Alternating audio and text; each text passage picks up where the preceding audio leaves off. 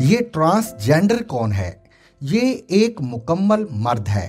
جسمانی طور پر اس کے اندر کوئی نقص نہیں تھا، شادی کرنے اور اولاد پیدا کرنے کی صلاحیت سے مالا مال تھا، لیکن اس کے اندر نفسیاتی طور پر ایک ایسی خرابی پیدا ہو گئی تھی کہ یہ لڑکیوں کی طرح ناز دکھانے لگا۔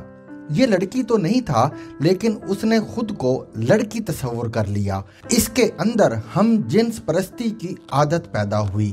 پاکستان میں 2018 میں ایک قانون پاس ہوا جس کے تحت ایسے لوگ جو مرد ہونے کے باوجود خود کو عورت سمجھتے ہیں یا عورت خود کو مرد سمجھتی ہے، وہ خود کو اپنی من پسند جنس کے طور پر پیش کر سکتے ہیں۔ چنانچہ اس نے بھی خود کو عورت کے طور پر نادرہ کے آفس میں رجسٹر کروا لیا۔ اب یہ جسمانی طور پر مرد خود کو ذہنی طور پر عورت ثابت کر کے ٹرانسجینڈر بن چکا ہے، کیونکہ اسے یہ کرنے کی آزادی اس ملک نے دی ہے۔ بعض لوگ ہجڑوں کو ٹرانسجینڈر سمجھ لیتے ہیں۔ یہ شدید غلط فہمی ہے۔ ان بیچاروں کو تو کوئی پوچھتا بھی نہیں۔ انہیں ہجڑا کہلانے کے لیے کسی قانون کی ضرورت نہیں۔ وہ تو جسمانی طور پر ہی ادھورے ہیں، نامکمل ہیں۔ انہیں تو سپریم کورٹ الگ شناخت دے چکی ہے۔ یہ قانون ہجڑوں کے لیے نہیں بلکہ جسمانی طور پر نارمل مردوں اور عورتوں کے لیے بنایا گیا ہے۔ یہ قانون جسمانی طور پر نارمل لیکن ذہنی طور پر نفسیاتی مریضوں کے لیے بنایا گیا ہے۔ پاکستان کے سب ڈاکٹر چیخ چیخ کر کہہ رہے ہیں کہ اس قسم کے نفسیاتی افراد کا مکمل علاج موجود ہے۔ وہ دوبارہ ذہنی طور پر نارمل ہو سکتے ہیں، تو پھر انہیں ہم جنس پرستی کی طرف راغب کیوں کیا جا رہا ہے؟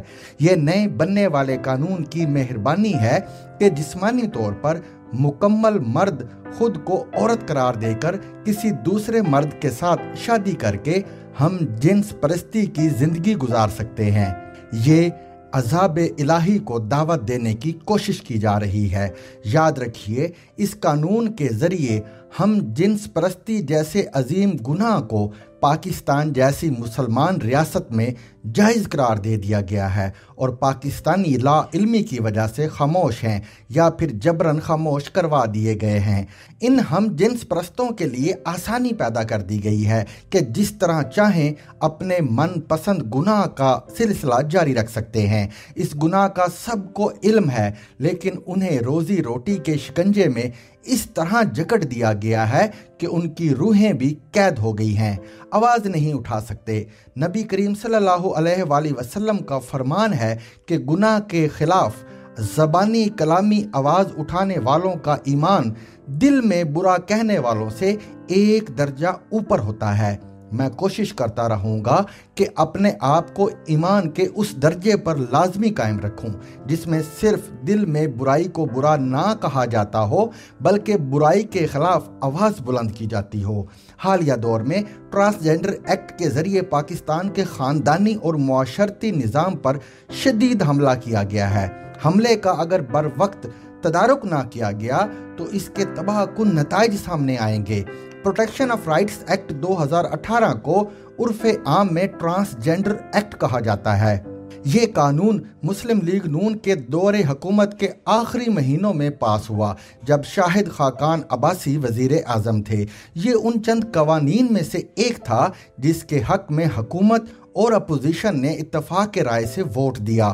جماعت اسلامی کے سینیٹر مشتاق احمد خان نے اس کی بھرپور مخالفت کی، لیکن نکار خانے میں طوطی کی آواز کسی نے نہ سنی۔ حسن اتفاق سے اس وقت ایک مرتبہ پھر مرکز میں مسلم لیگ نون کی حکومت ہے۔